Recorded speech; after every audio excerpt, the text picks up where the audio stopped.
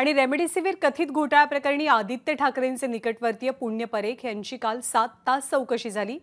एका खासगी कंपनीला कंत्राट देण्यासाठी मुख्य भूमिका बजावल्याचा आरोप पुण्य पारेख यांच्यावरती आहे। याशिवाय रेमडेसिवीर चढ्या दराने खरेदी केल्याचा आरोप सुद्धा पुण्य पारेख यांच्यावरती केला जातोय।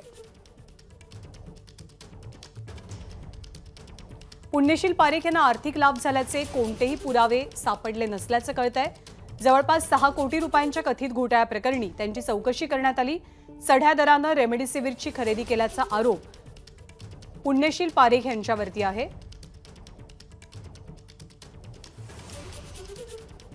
आदित्य ठाकरेंचे निकटवर्तीय मानले जातात पुण्य पारेख आणि त्यांची काल 7 तास चौकशी करण्यात आली।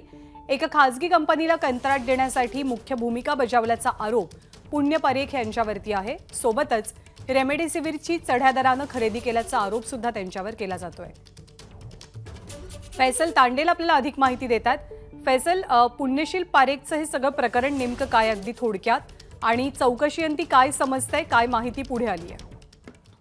ज्ञानदा, नक्कीच आपण जर पाहिलं तर मुंबई पोलिसांच्या आर्थिक गुन्हे शाखेने ऑक्टोबर मध्ये गुन्हा दाखल केलेला, ज्याच्यामध्ये अनेक जणांना आरोपी केलं होतं आणि या प्रकरणाचा तपास जो आहे तो सुरूच होता। मात्र या प्रकरणात काल पुण्यशील पारेख जे आहेत यांना काल 12:30च्या दरम्यान बोलवलेला आणि 6 ते 7 तास त्यांची मुंबई पोलिसांच्या आर्थिक गुन्हे शाखेच्या अधिकाऱ्यांकडून चौकशी करण्यात आलेली आहे। जी सूत्रांकडून माहिती भेटली त्याप्रमाणे अनेक बाबी समोर आले, ज्यामध्ये एकतर पुण्यशील पारेख हे कोविड काळात दरम्यान ज्यावेळी रेमेडी इंजेक्शनच्या जे कॉन्ट्रॅक्ट देण्यात आलेला होता त्यावेळी मेयर बंगलो ला गेले होते आणि तिकडे एक बैठक झालेली होती। या बैठकीत ते सामील होते।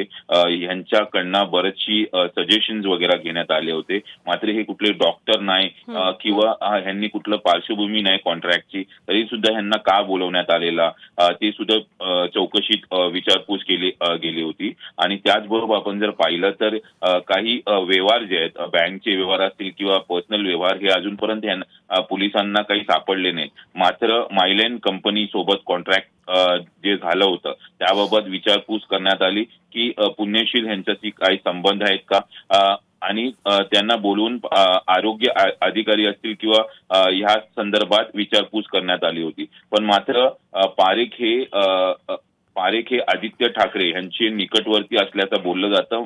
पण तपासात त्या अँगलने सुद्धा तपास केला गेला होता की पुण्यशील पारेख यांचा काय संबंध आहे आणि ह्यांना कॉन्ट्रॅक्ट का देण्यात आला होता, हे त्या मीटिंगमध्ये उपस्थित का होते आणि ह्यांचे व्यवहार झाले होते का, असे विविध प्रश्न जे आहेत ते आर्थिक गुन्हे शाखेच्या अधिकाऱ्यांकडून विचारपूस करण्यात आले होते।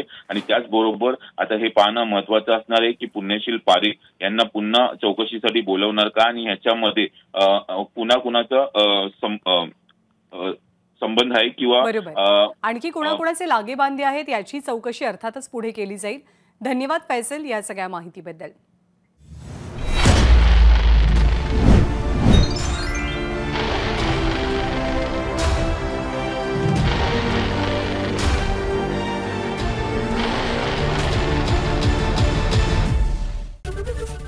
एबीपी माझा, उघडा डोळे बघा नीट।